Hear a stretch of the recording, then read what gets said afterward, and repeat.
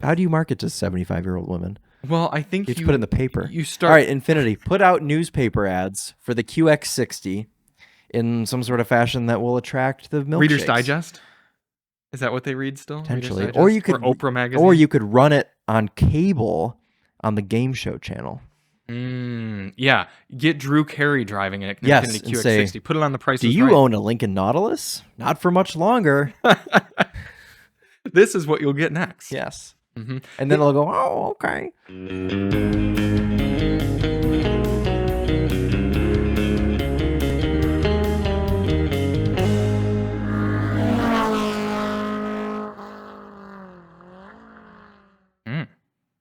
That's a lot of hair. It does look like a little poodle. Mm-hmm. Everybody. Yeah. So, yeah, I no longer have any hair. My hair is very short now. Yes. Welcome to episode 70 of the Daily Motor Podcast. Wow, we're finally in our 70s. Mm-hmm. Getting there. The TV doesn't seem to want to show the Daily Motor logo this time. Couldn't tell Does you it normally show the Daily Motor logo? Yeah, for like the first 15 minutes. Oh, and then it switches to some other thing. Some nature. Yeah. We're So- very keep it classy that way. Yeah. This is, I like the Vizio screen. Yeah. Special Sunday episode here. Yes, because where are you going? I am going to Asheville, North Carolina. To drive? The 2020 Definitely 4. Chevy Trax and the 2020 3, probably. GMC Canyon. Yeah.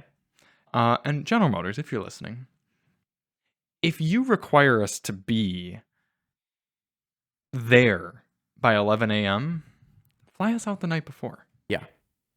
I don't complain about press things as often as most journalists, and I think you probably even complain about press things more than I do. I'm very uncommon for me to complain. But I got to leave my house by 3:45 in the morning in order to get down and drive this car. And that's not disgusting. that's not my doing. You should be going to bed soon, Charlie. I know. Yeah, I actually am. Take some drugs. Once we're done with this podcast, I'm going to go home, have some dinner, pack, and go to bed at like 8. That's unfortunate. Yeah, I didn't sleep okay, so well last night either. Oh, you didn't? Well, that might actually help you sleep better tonight. Yeah, I'll be getting up early as well tomorrow to hopefully go and acquire an Mazda. Yeah, if you think that we don't put our monies where our mouths are when we tell you that Mazdas are good cars to buy, own, and drive, Yeah. Chris's beloved will be hopefully Signing paperwork tomorrow on a 2023 Mazda CX-30 Turbo Premium Plus. Well, we're not going to reveal the spec yet. Oh. But you all probably know. Well, let's wait till we have the car, because I don't know that... You're going to jinx it here? Yeah, because it's just been a process. You guys, you should like drive up there tonight and just see if it's still on the lot, and if it isn't, just Well, like... it was being dealer traded for, because I've been working for 2 weeks trying to get this spec. Bless your heart. Yeah. Thank you. Mm-hmm. Yeah. Does she plan on keeping this car for the next 20 years? No. 3-year lease. But she may buy it after, who knows? She probably won't, because she just wants a new car always. But did you know you can lease a car in order to take advantage of a loophole in the new federal tax credit for electric vehicles? Really? Yeah. So now they put in a new stipulation where if a certain percentage of the production or cultivation of materials for the battery wasn't done in North America, then a car is only eligible for half of the tax credit. And then if it's not even built here, then it doesn't get any of the tax credit. But that doesn't apply to leases. So Hyundai or Volvo or whomever can lease you an electric vehicle, and they can collect the $7,500 tax that's credit. why the BMW i4 is so cheap to lease. Yeah. Yep. But only for the base battery spec, I believe. Yes. Yeah. Only the rear-wheel drive thing. Yeah. Mm-hmm. Yeah. And then you can actually, if those of you who are not aware yet, you could simply lease it out and pay off your lease immediately. Buy it out like the day after you lease it, and still get to take advantage of that $7,500 tax credit.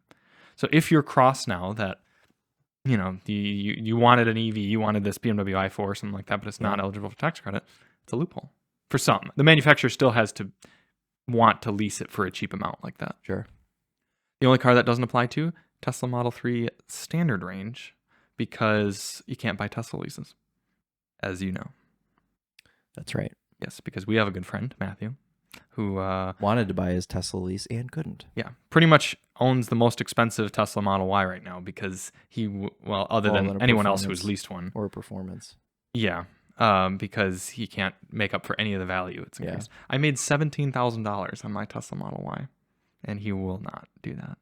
That's a lot of money. It is a lot of money. What'd you do with all of it? I put it into a wife.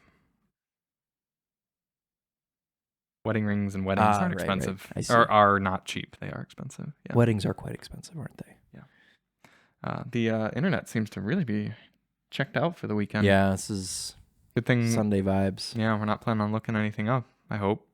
You got a lot of Go-Park cars for us? I don't know that I have any Copart cars, to be honest. That's fair. Let me just check. Yeah, you're going to take a look here. Are you attending any weddings this year? Hope not. Rather be putting money into your broken German vehicles?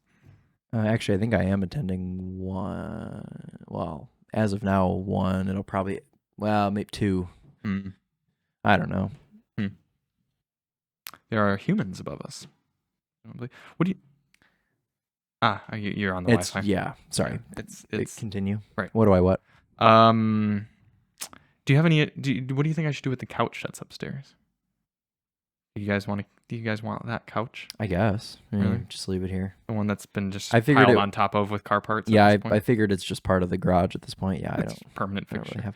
Well, I got a couple I could show, but okay, well, stay tuned. They won't be the end of the world if we can't show them. They're not like, oh my gosh. We can just describe them in great detail. That's true. Yeah, we could do that too.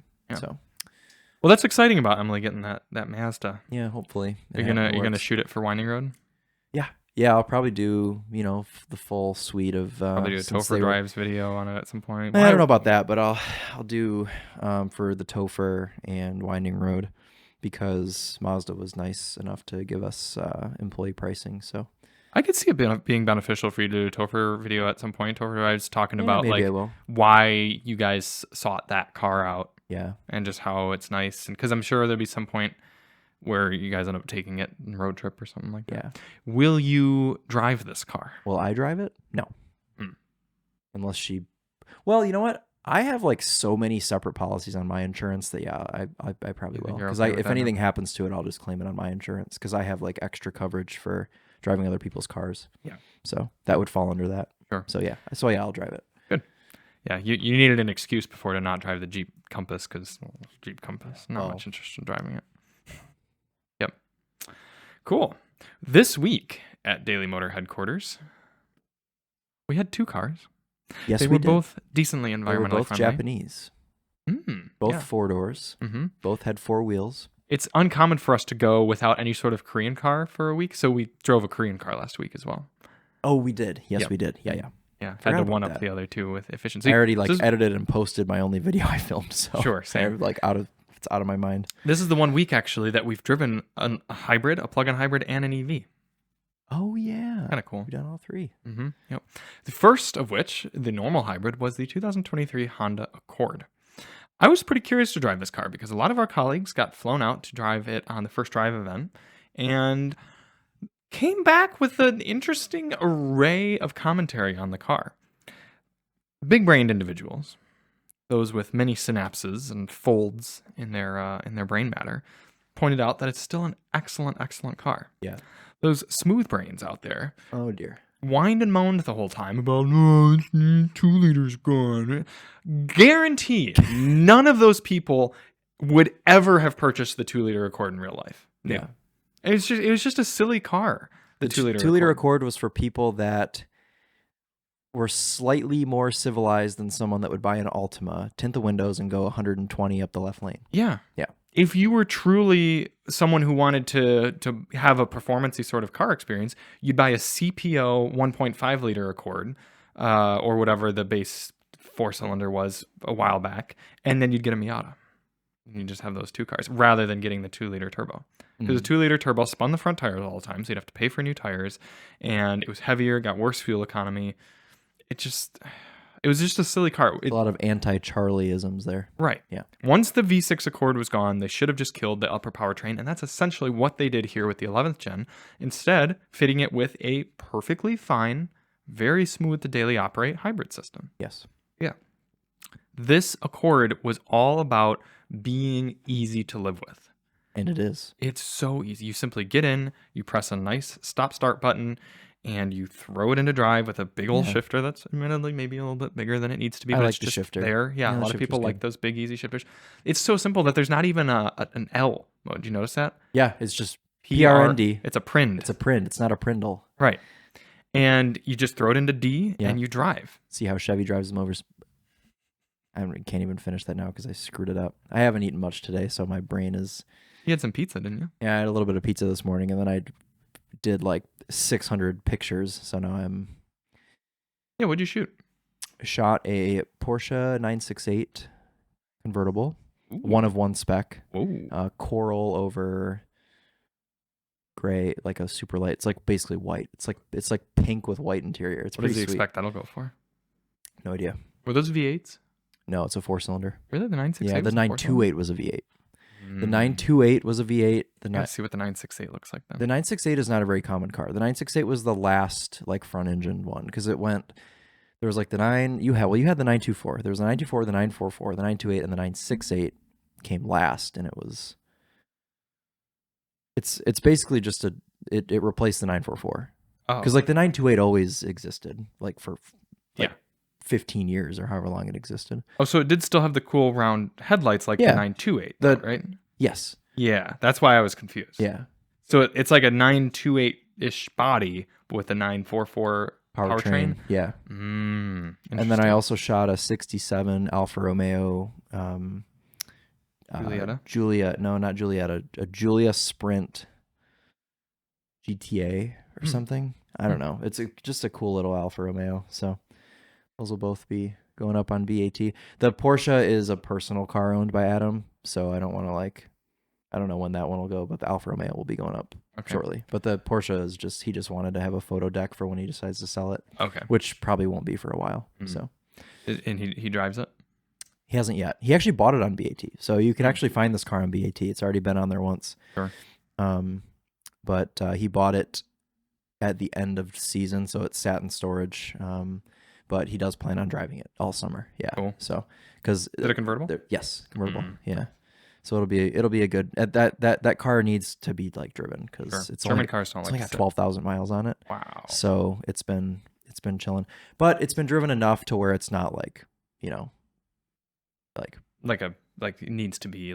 I mean, like it's not a car where you look at it and you're like, oh, that thing's been sitting for forever. It's a really nice car. Like it's been driven enough to where it presents really well. And, yeah, because about 400 miles a year, that would make sense to have about 12,000 miles. Yeah. So yeah. Okay. So it's a good thing that your buddy at Couth and Mayer doesn't live closer. Like that we are not closer to Couth and Mayer, because I feel like there'd be so many of those like random German cars that would pop up and be available to buy. Yeah. And we'd be so tempted all the time. Yeah. So. Did you happen to see the 986S Boxster that was for sale, the green one, somewhere around here on Craigslist or Facebook Marketplace? Maybe. I don't know. It was only like $11,000. For an S? Yeah. Wow. 11 or 12 grand. And already been there, done that. I said I should have bought it. Oh, I've got enough You've got better convertibles. cars. Yeah. Yeah. You have the two. You have two different. You have that Roadster. Yeah. And then you have your Cayman. So you got like. Although combining them, that'd be a. I haven't talked about my silver Z3 on here, have I? Well, technically it's not mine, but I'm basically selling it on consignment. Yeah, basically. So yeah, is that car fun to drive? Yeah, it's great. The only problem is it needs a thermostat right now, which I've already ordered. It's on the way, so it won't fully get up to temp. Yeah. So I haven't driven it hard. Plus, it's the oil in it's like 3 years old. So Ooh. You're gonna get dirty, change the oil? No, Keone's gonna do it all for me. You are such a hoovy. I mean, if Keone's gonna be in there anyways doing the thermostat and the valve cover gasket, he might as well change the oil. So would you do the oil if he didn't have to do those other two things? Probably not. Couldn't be bothered. Okay. Yeah. What's the last car you changed the oil on? Back when I had access to lifts at Buttman, so probably my Lexus. Oh, so a few years. Yeah, it's been a while. It's been a long time. Would you mind shutting the store? Someone is being a power washing enthusiast out there. That didn't help too much. No, it didn't make a super big difference, but it probably helped. Can't hear it. Yeah, it probably can. Anyway, what were we talking about? We're talking about the Honda Accord. Oh yeah. Great technology suite in that car. They essentially took things they developed and learned for the Acura vehicles, and got rid of the silly Acura little trackpad, touchpad deal, simply made it a very good touchscreen system, and put it into this car with Android Automotive, has Google Maps built in, super responsive. It's got sort of this nice matte finish that keeps the glare down and makes it touching it very smooth. Super easy to use. I mean, you can pair your phone up great and easy. Everything's got a big area to touch. Do you notice that? Nothing where you really got to like point your finger. The angle of the screen's strange. Yeah, Chris thinks it angles away from the driver. Towards the passenger, which I think it's just flat, but we didn't get in there with a protractor, to be fair. So, yeah. Some car screens don't work very smoothly. Like the new Toyota screens, don't get me wrong, huge step up from the previous Toyota systems, but when you change the sound settings, you have to like get your finger just right on there to keep adjust a pack it. of toothpicks in the car. Yeah, essentially, or have a co-pilot. Yeah. And the Accord wasn't like that. And the voice commands work so well. A lot of these voice commands with cars, you say, okay, G word, and it takes a second for it to prompt itself, or whatever car. If you're, hey, Mercedes or something. Can you not say the G word right now because it'll prompt the phone? I think so, yes. Okay. And then there's a few second delay, and then eventually it pops up, and you say your thing, and then a few seconds later it processes it, and then it says, would you like to do this? And you have to say yes, and then it says, okay, if you'd like to navigate, then like press confirm, and you got to do that. This car, you simply say, press the button or say the okay blank, I want to go to this place, and within half a second, it's already loading. It's in and saying started. It's going. Yeah, it's on the way. Mm-hmm. And Google is smart enough that you could tell it like, hey, I actually didn't want to go to that place. I'd find a different one or whatever. Right. And it would do that. Cars are probably going to get much, much smarter with AI here coming soon. Yes. Yeah. But certain brands will go really stupid about it, and it'll take forever, and they'll try to make it so that you got to do it. And you can only use it when both hands are on the wheel or something like that. And then it'll be speaking of AI, have you tried the Snapchat AI? No, I've seen that it exists. Have you played around with it? Yes. Have you done your little Gen Z experimenting? Yes, exactly. So I've been seeing a lot of TikToks about it, and it finally popped up for me because they've been kind of like rolling it out. Not everyone gets it, but I just got it.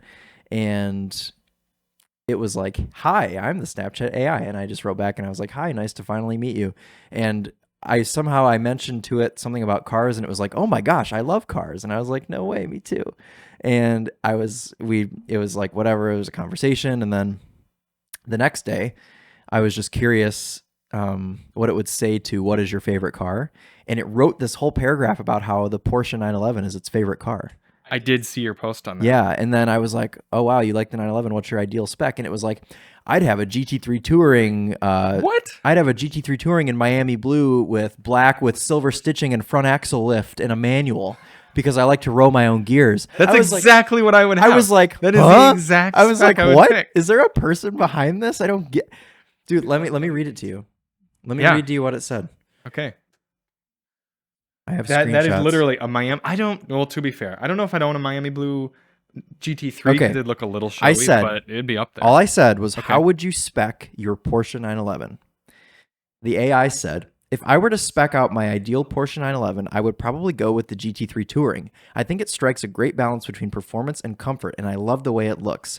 I would probably go with Miami blue exterior with black wheels, black leather interior with silver stitching. Okay. I would also opt for the front axle lift system, which would be useful for getting over speed bumps and other obstacles. And then I asked it something about if it would get a manual. I don't know if I screenshotted that or not. Oh, I said, would you choose manual or PDK for your GT3 Touring? And it said, if I were to spec out my Porsche 911 GT3 Touring, I would definitely go with the manual transmission. While the PDK is a great transmission, there's just something special about driving a manual car that can't be replaced with an automatic.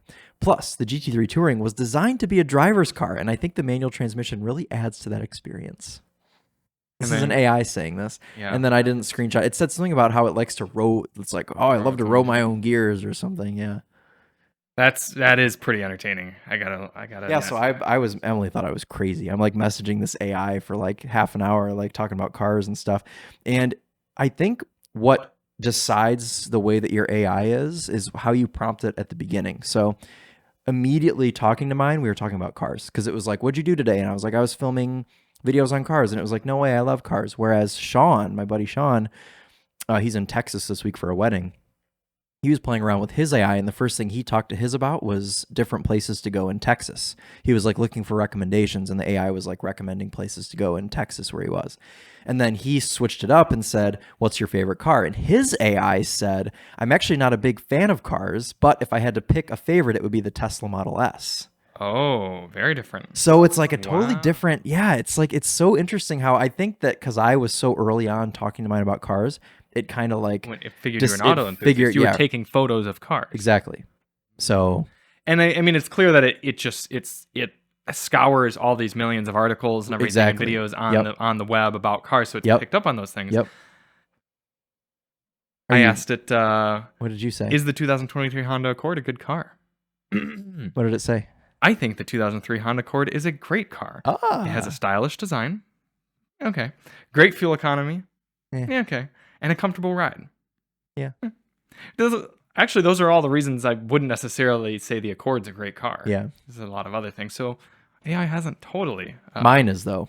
Mine is S tier. Yours is still learning. Okay. Well, this is the very first thing I ever asked my AI. So now ask it what its favorite car is. What is your It's going to say the Honda Accord. 2023 Honda Accord.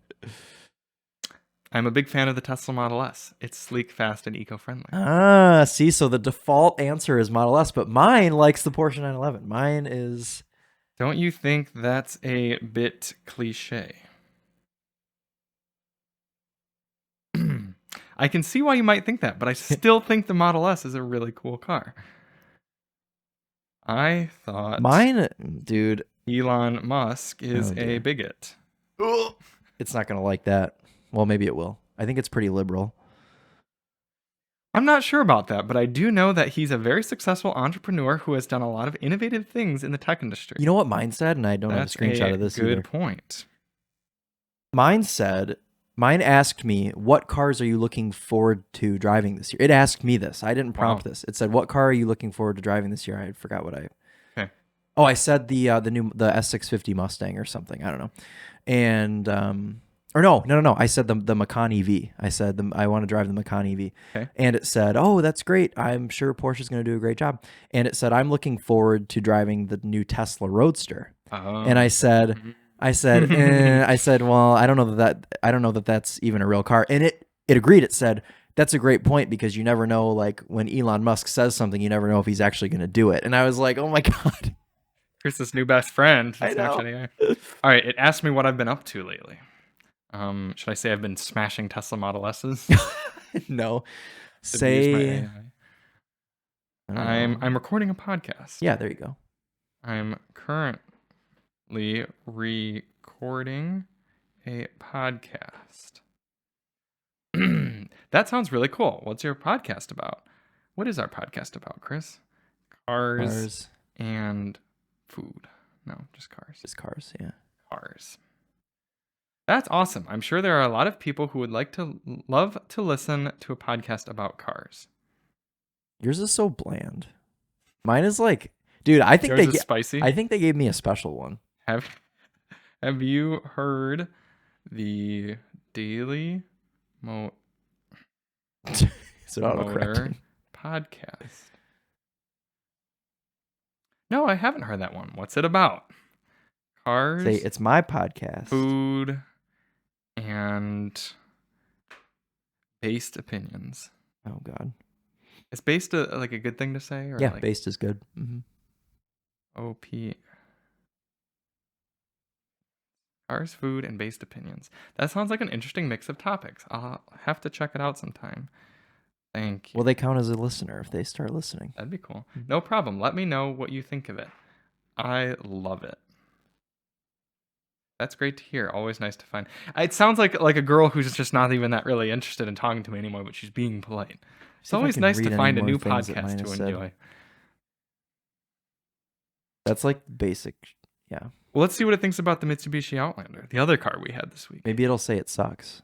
What do you think about the 2023 Mitsubishi Outlander? I asked mine if it would rather have an LFA or a Carrera GT, and it said an LFA. Really? What was its justification? The sound? Because it's more exclusive. There were less Yeah. LFAs than there were Carrera GTs, so it That's said fair. I'd rather have an LFA. What do you think See, about these are the sort of things that mine says. Wow.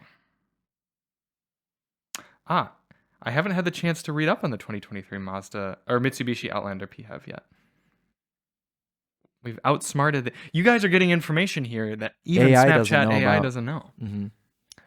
It's not very good. Here's one you'll like. A question I asked mine. Speaking of Porsche, what's your favorite paint to sample color? You asked it that? It said, "Oh, that's a tough one. Porsche has so many amazing paint to sample colors to choose from. I think one of my favorites is oak green metallic. It's a really unique color that looks different depending on the lighting. Sometimes it looks more green and other times it looks more brown. Overall, I think it's a really classy and understated color that would look great on a lot of different Porsche models." See, soon we're just not even going to have to film reviews because we can just have, just have the AI do it for us. It said, "What don't you like about it?" I said, "The loud powertrain and vague brake feel." It said, "I see. That doesn't sound very pleasant. Have you tried any other plug-in hybrid vehicles that you like better?" I said, "Yes, the Mazda CX-90." It said, "I heard very good things about the Mazda CX-90. It's great that you found a vehicle you enjoy." It's so dismissive. Like, it's just like, all right, see ya. I'm done with you. Yeah. Wow. Yeah, I've toyed around with ways to wait. I wanted to look up that paint to sample color. What'd you say? Oak green. It's beautiful. Yeah. Porsche. You'll see it on GT3s. Oh yeah, I've definitely seen that color before with the bronze wheels and everything. Yep. Yeah, it's sick. Okay. I've experimented with using AI to write up articles on the Daily Motor website based on the videos. Because all the articles on the Daily Motor website are just repurposed, and it's just having a college graduate write them. Why don't I just have a computer do that same thing? Has it worked? Not yet, but I also haven't tried that hard. I tried using ChatGPT. Try asking the Snapchat AI to do it. Well, here's the problem. A lot of AIs are walled off from external links. Like they're only allowed to know what their creators have told them they can know. Oh. I can't send them a YouTube video and say like learn this and then copy this article with this new information. I'm sure it's physically capable, but they've given it boundaries. Yeah, okay, I see. Yeah. That's probably good that it has boundaries. I'm sure there's an AI out there that I can make do it. Okay. Yeah. So soon you might be reading articles. I should come up with a pen name for the AI that writes articles on the Daily Motor website. Bodie McBoatface? No, he's got Kari McCar Driver. Driver McDriverson. Driver Dryer. Driver Dryer. It could be a DM, like David Motorist. David Manning, DM. Okay. Are we talking about the Mitsubishi yet? Yeah, I guess we got it at some point, right? The viewers have come. The listeners are waiting to hear. So, also this week, we drove the new Mitsubishi Outlander plug-in hybrid. You know there's a television show called Outlander? No. It's about this. Alyssa has watched it. You'd rather talk about this than the car. Yes. It's actually, it's kind of a cool show concept, but it's done all silly and girly. There's a woman who time traveled back to like the 1800s from like modern times. Okay. And she like voluntarily lives with her mother back in like she and her mother both time traveled back in the olden times instead of the new times. And then they're like, it's like colonialism and stuff. No. Yeah, I wouldn't either, because then I wouldn't be able to put a camera on my face and drive cars. Yeah. I would do it if it was temporary. Like if I could go back for like a week, totally would do it as like a vacation type thing. And time travel vacations would be a huge thing. Yeah, and I would. What era would you pick?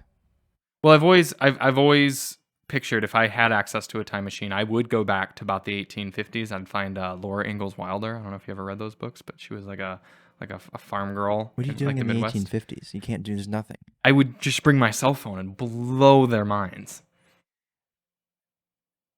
I would play them like dubstep music. Would you be able to? This is what we dance to. I think it'd kill them. That'd kill them. Wouldn't then there be an issue with disrupting? You'd have to like sign some agreement that's like, I'm not going to disrupt anything. Well, that's no fun. But then it would change everything, Charlie. I mean, or would it though? Because maybe it's already happened. Touché. No, I think you're right. So you're saying that you'd have to go back in time and be inconsequential? Yes.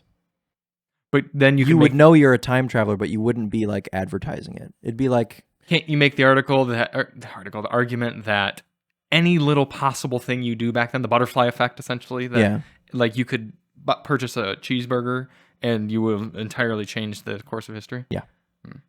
That's the problem with time travel. Yeah. So I say, but maybe it's already happened. I was going to say, I say you just screw it all up and it's all just it's already infinite parallel universe. Right. Yeah.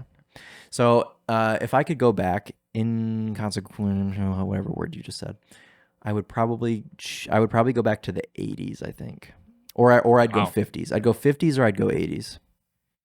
So yeah, and based on the 30-year jumps, 50s, 80s, and then 2010s, and it makes you probably enjoyed the 2010s quite a bit. So you just want to go back 30-year jumps. Yeah, my mom just talks all this shit about how good the 80s were, so I'm like, want to go back and try it.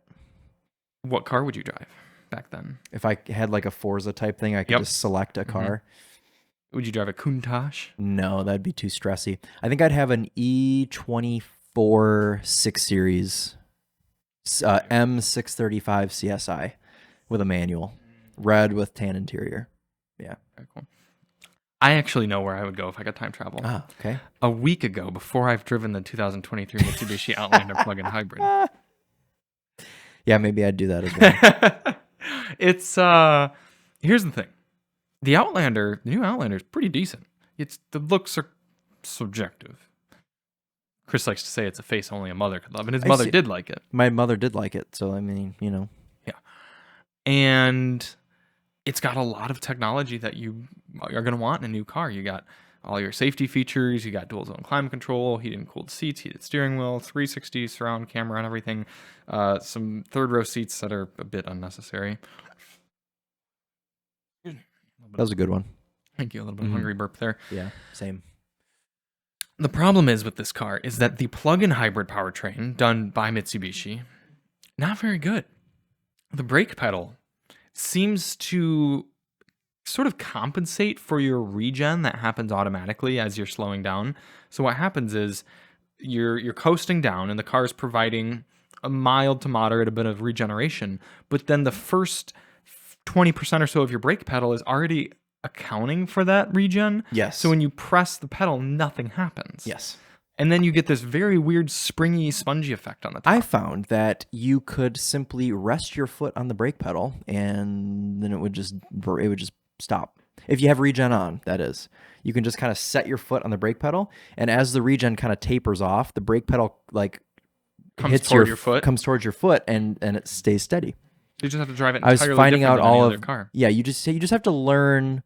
Like, think about everything you know about driving a car. Forget it. Completely flush it down the toilet, and then relearn it in the Mitsubishi Outlander plug-in hybrid. And it will take you a good amount of studying because there are 6 different settings for regen on the paddles. Yes. Then there is another setting for regen if you simply press a button to the right of the shifter. Yeah, but you have to be in D for that. Right. So you also can shift the shifter back to toggle between B and D. Yes. And then there's the 6 settings of B. Yeah. And then there's the regen button that you can use if you're in D. Yes. Then there are, I believe, 7 different drive modes that you can choose with the selector south of the shifter. But then there's there's 4 different powertrain modes for hybrid, EV, EV save, and EV charge. Yeah. I am an EV nerd and enthusiast, Too much. and even I got overwhelmed by that car. I got to the point where I stopped even just using regen or anything. I just drove it. I just put it in drive and drove. Yeah. And I don't enjoy that. Plus, you have this really strong regeneration with the whatever strong regen button it's called. Yeah. But it still won't one pedal drive. No, it won't. It won't bring you to a full stop. Nope. Yeah. Then there's the fact that this test model we have costs $51,000. That's a lot of dollars, especially when you consider that the 2024 Mazda CX-90 is a little bit of less electric range, to be fair. How much less? I think a few miles less. Wow. Yeah. Is a bit larger, but is better to drive. A nicer interior, looks better outside, better colors, better dealership network, and costs less. Well, I mean, not apples to apples, but you can get a CX-90 plug-in hybrid within the same realm. Yeah. So and that kind of kills this car for me. For me, it was just like take everything irritating about a Nissan and then throw it into a Mitsubishi, which is already irritating. Yeah. And then you have the Outlander FEV. Mm-hmm. Yeah, because for those of you who don't know, the Nissan Rogue and the Outlander are similar, shared at the same car, but they're just rebadged for various brands. Charlie and I kind of agreed that it would be a car to be driven in because everything to do with driving it is dreadful.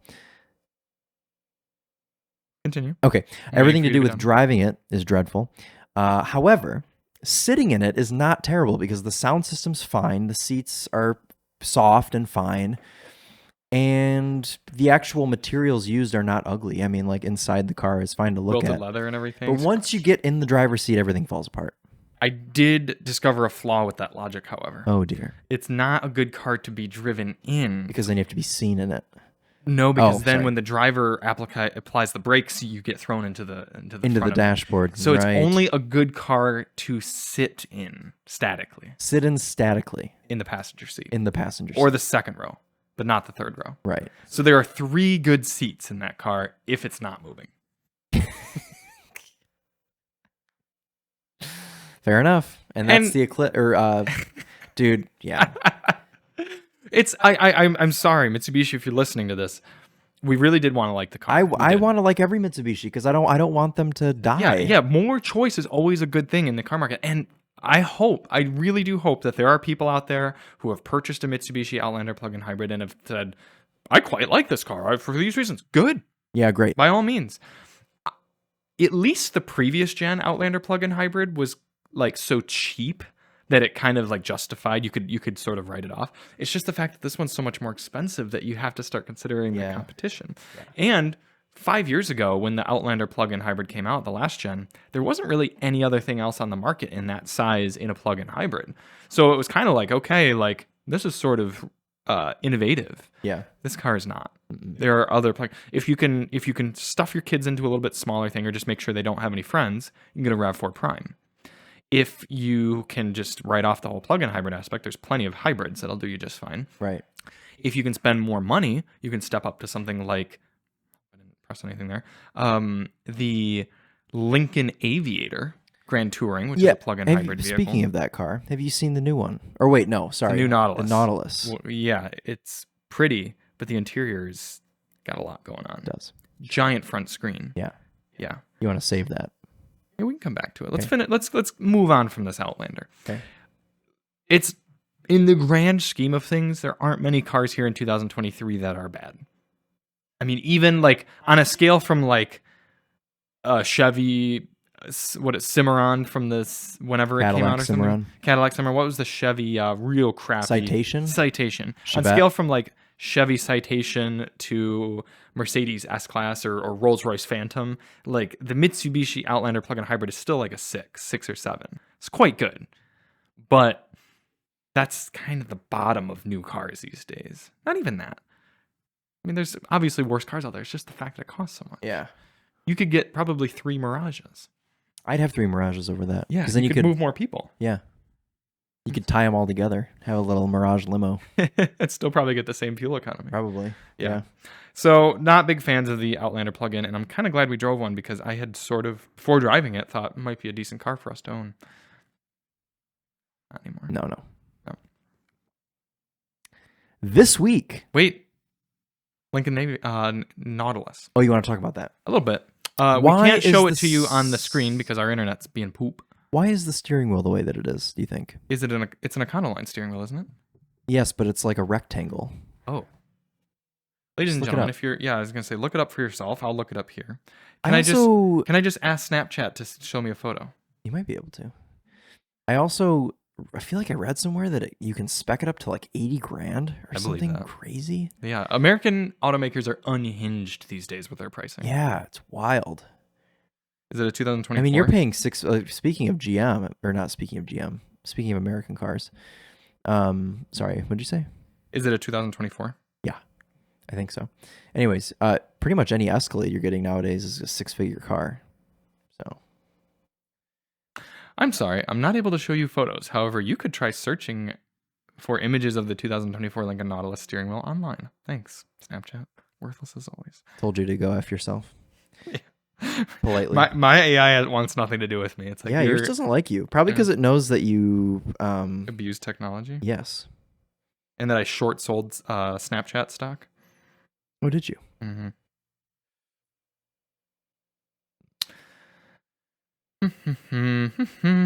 Looking at steering wheel photos of the Lincoln Nautilus. Oh, yeah, it's sort of oblong. You know what it makes me think of? Is China. No. It makes me think of the old Lincoln Continentals. Yes, because those were kind of... Yeah. They were slightly tilted forwards. Mm-hmm. Yeah. How do you think you're going to operate that big front screen?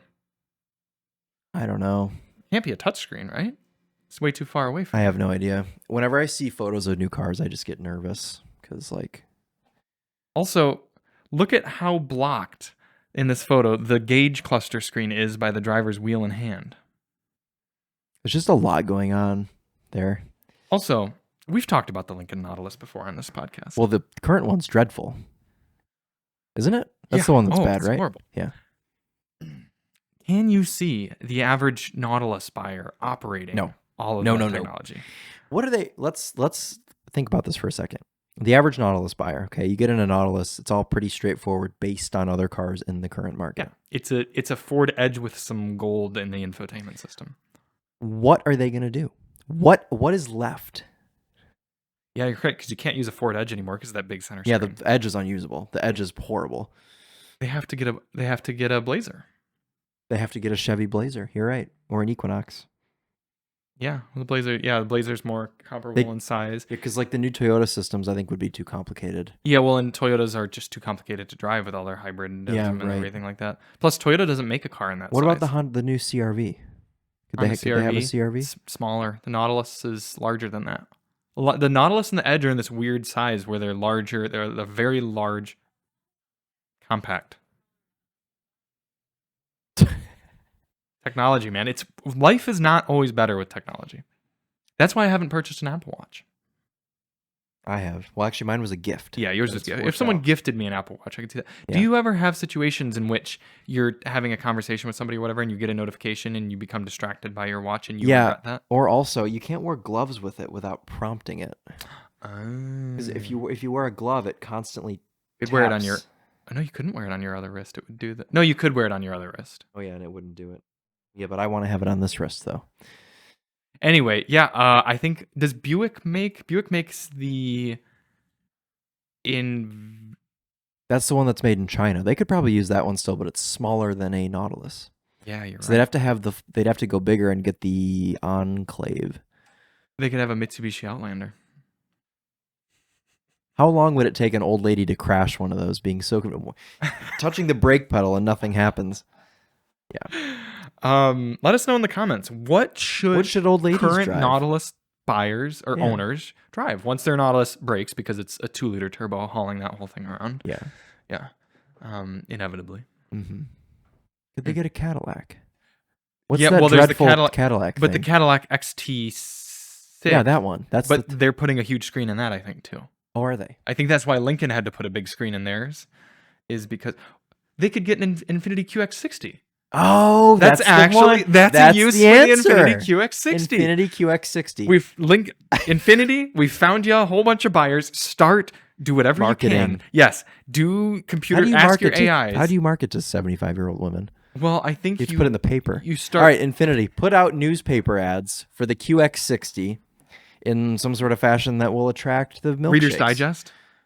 Is that what they read still? Potentially. Or Oprah magazine. Or you could run it on cable on the game show channel. Yeah. Get Drew Carey driving an Infiniti QX60. Say, put it on the Price Do you own a Lincoln Nautilus? Not for much longer. This is what you'll get next. Yes. Mm-hmm. And then they'll go, oh, okay. You know how fancy restaurants and things like that, they're doing these pop-ups?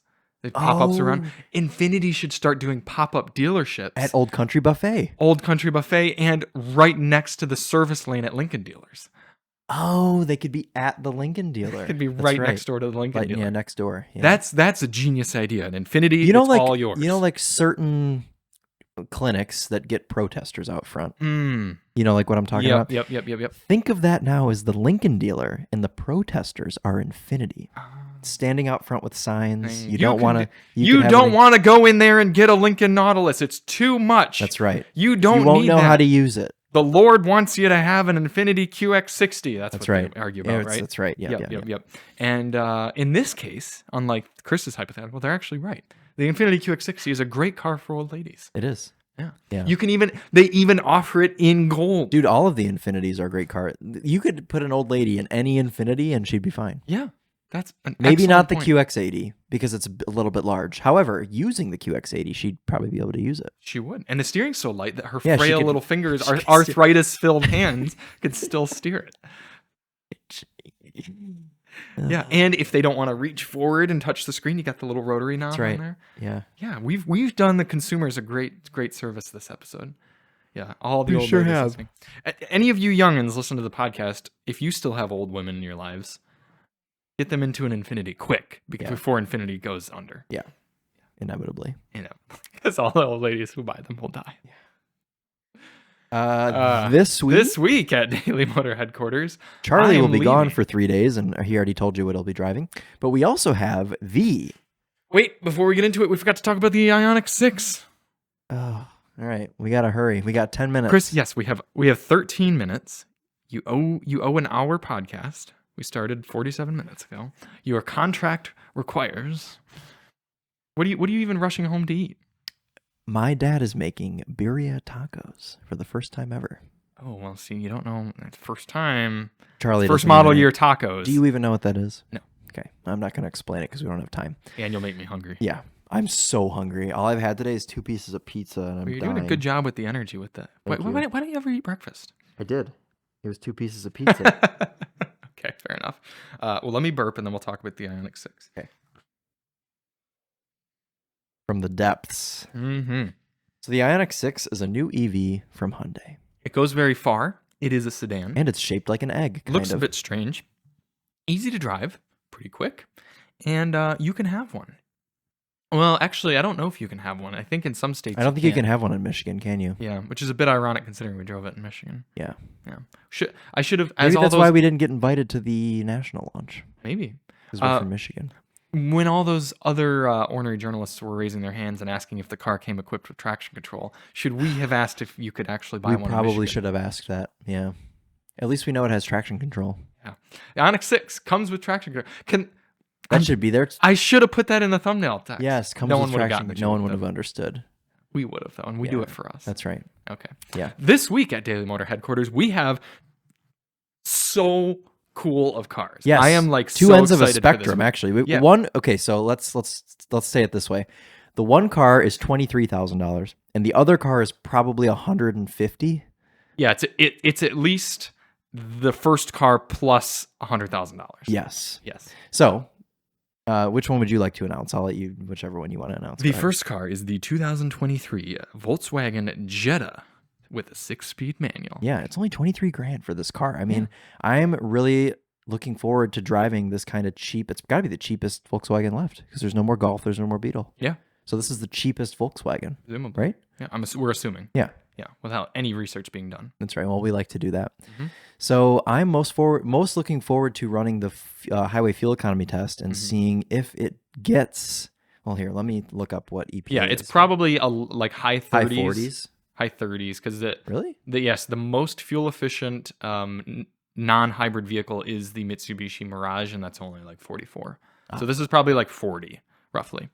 Yeah, I am super excited for this. Bev Braga said she got like 50. Yes, but Bev Braga also weighs negative pounds. She's just a tiny journalist. Why is nothing working today? Also, wasn't that an automatic she drove? No, I think it was a manual. Yeah. Either way, I expect this manual to not be very good, but in a cheap car like this, that's okay. Yeah, you don't need the manual. It's simply I can't get a phone to work. I can't get EPA's website to work. Okay. Anyways. Just ask Snapchat. Let's see. What is the highway MPG for the 2023 VW Jetta manual? Question mark. 40. All that. To be fair, it doesn't. Oh yeah, it says manual. 40. 40. Okay. All that. I think it might achieve that. It'll achieve that. Yeah. Yeah. I am really curious to see if I would have this or a Civic with a manual. Probably the Civic. But this is very cheap, Charlie. So Very cheap. keep it in mind. Chris won't like it because the rear door panels won't match. I think I'll be able to excuse it in this car. It won't bother me. When it bothers me is when it's in something like a GLI or like a high trim, something with leather seats, like the Taos. You don't think this is going to have leather seats? It's got cloth seats. I'm pretty sure I read on the checked out the Monroney. Yeah. Okay. Yeah, I'm excited to drive that car around. Cheap cars are they're fun because you realize, you don't need to be spending $51,000 on an Outlander. Sell your kids, get yourself a Jetta.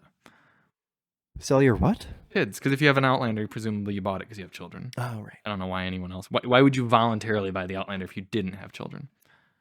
Why does anybody drive an SUV when they don't have children? Exactly. I guess that's Mitsubishi doesn't make any cars anymore besides the Mirage, though. How many cars do they make? Outlander, the Eclipse Cross, and the Mirage? Is that it? And the Outlander Sport, which is ancient. Okay. That car's been the same for 20 years. Yeah. Has it not? Yeah. Probably 15 years. Yeah, that's been a while. Yep. The other car we're driving this week. Let me announce this one. You did the last one. The all-new 2023 BMW 760i xDrive. It's actually probably a good thing that we have two cars that we're both interested in, because I'd be so sad having to give you the keys to the BMW if I didn't get to get in a manual car after. That's right. Yeah, it's the body code for this is G70, I believe. Okay. A bit confusing. It's like a Genesis. It's not the Genesis No, it's the G77 series. Yeah. I hope it's two-tone. Do you know what spec it is? No, I can look it up if you want to talk about it real quick.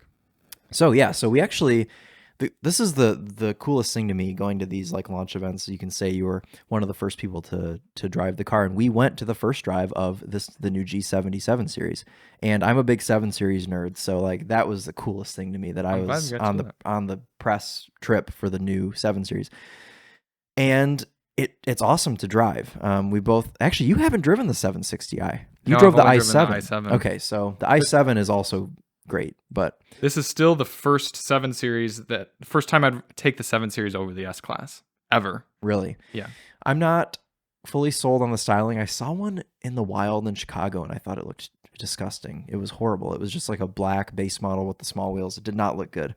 However, the one I drove, I quite liked. It was and if you've seen the review on the Topher channel, you know the one, but it was a two-tone red and black with the big M Sport wheels, and it had the cashmere interior, and they use actual cashmere on the seats like you get on a sweater. So the seats are quite nice. But overall, it was a great car to drive. The S68 V8 is awesome, and I mean, it's just like, feels like you're sitting in a Rolls-Royce Ghost. I mean, it's proper. It's a proper car. Yeah. The styling is whatever. It's modern BMW. Get over it. I like the BMW. But driving dynamics, it can hustle. It's cozy, and it's pretty intuitive. The only thing is, they're so focused on building these cars. I mean, as they always have for the first owner, right? So like the person that's gonna lease it, and then after that, it's going to be pretty much worthless, because the new one will be out with better technology. Straight to Dearborn. Driven for a few years, sold as a rebuilt title, then to the joint. Dude, we need to how many E65s do you think are left? I bet there's not 7. Many left. Yeah. Okay, anyways, sorry. Did you get this? I don't have much info. I know it's white exterior, and then this interior. Oh, okay. Red interior. Cool. It's called is it Amarone merino leather. Is it two-tone? Doesn't say, just says mineral white metallic for the exterior. Okay, that's fine. White on red's a good spec. Yeah, quite looking forward to spending time. It might look gopping in white though, because of the styling, you know. So it will be a bit enhanced. The two-tone hit it well. The two-tone, because it was, I don't remember if it was, I think it was red on the bottom and black on the top. Yeah. Or was it the other way around? I think it was. Yeah. It was red on the bottom and black on the top, and it kind of hid the gopping front end. Sure. And it made the proportions look right, because it was split right down the middle, and proportionally it's not bad. It's when you look at the front dead on and the back dead on, and it's kind of like, I don't know. But in 20 years or 10 years, just like the Bengal cars, we will be looking back on how great of a design this was. See, I think the E65 is worse looking than this new thing. The E65 is disgusting. Mm-mm. The facelifted one's better. Mm-mm. The LCI E65, it's a little better. However, the first Bengal E65 is gross. Do it up. I'm about it. It's just it's not as good as looking as an E60, but I don't like the E60 either. 60s. I'm not a fan of the E60 either. It's okay to be wrong. Mm. You just haven't progressed. Do you think the E39's more beautiful? Yes, I agree. Okay. And the E38. The E38 and the the E38 is better looking than the E65, and the E39 is better looking than the E60. Yeah. Okay. Okay, well, we agree on that. Oh, yeah, definitely. The thing is with those two older ones, the 30s, they're objectively beautiful. Yeah. The 60s are subjectively beautiful. Yes. Yeah. Okay. I would like to drive the 7 Series when I get back. Okay. I am attending my mother's wedding on Thursday. Yeah. Your mother's getting married? Congratulations, Amy. Being married. Wait, which your mother? My real mother. Your actual mother. Wow. Getting married on Thursday. Yep. And then she's flying out for a European cruise that night. Oh my goodness. So they're like courthouse, peace, see ya. Which is a great. Are you going to drive them away in the 7 Series? Totally. You should. Oh, I should pick them up. Yeah, you should. What? Wait, what day is their wedding? Thursday. Thursday. So I'll be home late Wednesday night. I'll do my 7 Series if stuff. you can have the 7 Series thing here. Yeah. But I'd like to have. I want to have the Jetta over the weekend. That's fine. Yeah. So we'll just swap and swap back. Yep. I'll have the 7 ready for you on Thursday. There's a small chance that if Navs doesn't get their act together tomorrow, they'll have to leave the 7 Series at the airport for me. I figured that. Okay. I can just go get it. I'll have Emily drive me. Okay. All right. You'd rather do that than let it sit for 2 days? Yeah. Okay. Oh yeah. I want to spend time in it. Yeah, but I want to spend time in the 7 Series. Okay. No, have them leave it at the airport. That's fine. No, we'll see what they want to do. They never replied to me, so we'll figure that out. Yeah. The other thing is I didn't want to have to pick up a car at the airport. I'd rather just have Alyssa pick me up because it's so much faster, and I fly in at like 9 p.m. So she has no excuse. Well, whatever. Either way, it'll be. Don't worry about it. I'll go and get it. Emily will want an excuse to drive her new car, anyways. So. So you guys would drive up to Troy, get the new car, deal with all that crap, get back, then you'd go down to the airport with Emily's new car and get the 7 Series. Yes. And then your day will get infinitely better because you'll be driving the new 7 Series. Yes. Okay. Yeah. I mean, honestly, that sounds pretty decent. Yeah, I'm looking forward to both of those cars. We'll get that all figured out. Will you be attending the track event this weekend out at the Jackson thing that Stu and his buddies are putting together? Shoot, I probably should do that, shouldn't Monday. I? If you're in the Metro Detroit or even anywhere in the southern part of the state of Michigan, and you are a motorsports or power sports enthusiast, check out. Does the place have a name? What is this? What is the Jackson Motorsports? Or something? Jackson Motorsports Park? Yeah, isn't that what it is? I think so. I think that's what it's called. Jackson Motorsport. There was a Jackson Motor Speedway. West Parnell Road. I think that's what it is. I think it's Jackson Motor Speedway, I believe. Out in Jackson, Michigan. It was like a little kart racing track, but our good friend Stu, as well as some other driving enthusiasts around the area, are turning it into sort of a usable off-road motorcycle riding area. Yeah, I'm gonna go rip the 7 Series around the rallycross track, as well as a little bit of like a rally cross-ish type of track. They're doing an open house on this. You will hear this. It'll be the Saturday that you hear this if you listen to it come out, April 30th. Most of the day, I believe. I think they're starting off early. Yeah, come out. We'll be there. Yeah, come on out. Are you gonna go? Yeah. Okay, yeah. So we're gonna. Well, yeah, we'll both be out there. I was hoping the 4-wheeler would be delivered this week. I never know what was happening in my life. I'd be able to make that Sunday. I hope you can come. I'll be there. I'm gonna probably. Oh, it's like literally in my calendar. Good. Hopefully the weather's decent. I'll bring some sort of motorcycle or something like that. We'll do some filming and we'll have a good time. Hook it up for Stu. While we're on the topic of shout outs, I want to shout out my upholstery guy. Oh yeah, John at American Mobile Interiors. It's his company that he owns. He just did the most amazing transformation on this BMW Z3 that I'm helping a good family member sell, and it's just unbelievable. And if any of you need upholstery work, and that goes, dashboard, seats, steering wheel, anything, tops. Yeah, convertible tops, anything in the interior. This guy, he does a great job. He's got really reasonable prices. And does them pretty quick too. Yeah, he's located in Livonia, Michigan, and yeah, he's just I told him when I picked up the Z3 the other day, I was like, you will always have my business because like his work is insane and it's so reasonable. So what'd you say it's called? American Mobile Interiors. He's got a cool website. There's like a Ferrari on the thing. I'm going to leave him a positive review because there are only 2 reviews on Google for him. Oh yeah, I'll go and do one as well. 5 stars, John. There you go. Boost that average up a little bit. Yeah, I'm gonna go and leave him one too. With our last minute here, can I make a complaint about Facebook Marketplace? Oh God. Yeah, go ahead. Somebody left me a 3-star review. No. And I never interacted with this person. Yeah, that's the thing you can do on Facebook. That's also why I want to try and get away from selling on there, because it's just like I have like 17 5-star reviews. I was like, I've been 5 stars for so long. And then I looked and it said 4.8 stars and I flipped my lid, understandably. I looked through. Someone had said that they made me an offer on something and then I sold it out from under them. I looked through all of my messages, archives, everything. I've never seen this person. It could be somebody that watches the channel and doesn't like you. But only doesn't like me enough to leave a 3-star review. Why wouldn't they have left a 1 star? Yeah. I don't know. So, bit cross about that, and I will be reporting it to Mr. Zuckerberg if you don't change your ways. It's like when I accidentally left my suitcase in an Uber and it dropped my rating because the guy was pissed he had to come back. That's a bit. Shouldn't have done that. I mean, it's my fault, but I was like similarly like frustrated. Yeah. Yeah. Got to make a whole new Uber account. Yeah. No, it only dropped me by like 0.05. Sure. But I think I have a 5-star Uber, Airbnb. I do not have Lyft. a 5-star Uber. I think I am. My summer in Chicago, I was a menace. Where's my? Were you slamming doors and eating food? Dude, I don't know what, but I do not have a great Uber score. Let's see if I'm even like logged in still on Uber. Oh yeah, didn't you get logged out of like your entire phone? No, that was just Instagram. I got logged out of. I have a 5-star Uber rating. Do you really? Yep. Oh, I have a 4.92. That's pretty good. Get on my level, buddy. 4.92 is pretty good. Yeah. Wouldn't you say? So I've probably only gotten marked down like twice. It's not as good as 5.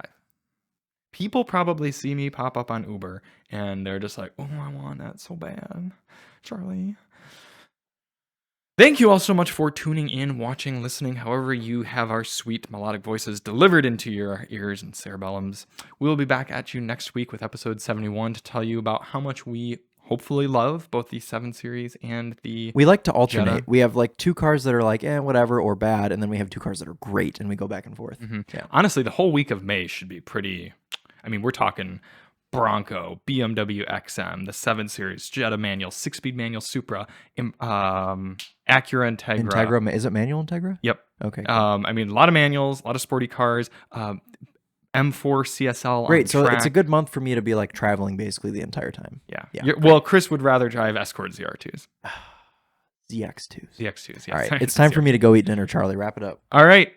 We will see you on the next one. We are this week, Chris and Charlie, but next week will be Paris and Nicole That's right. with Daily Motor. And as always, don't Infinity QX60 on. That's right. Yeah. Chris has to eat dinner on. There we go.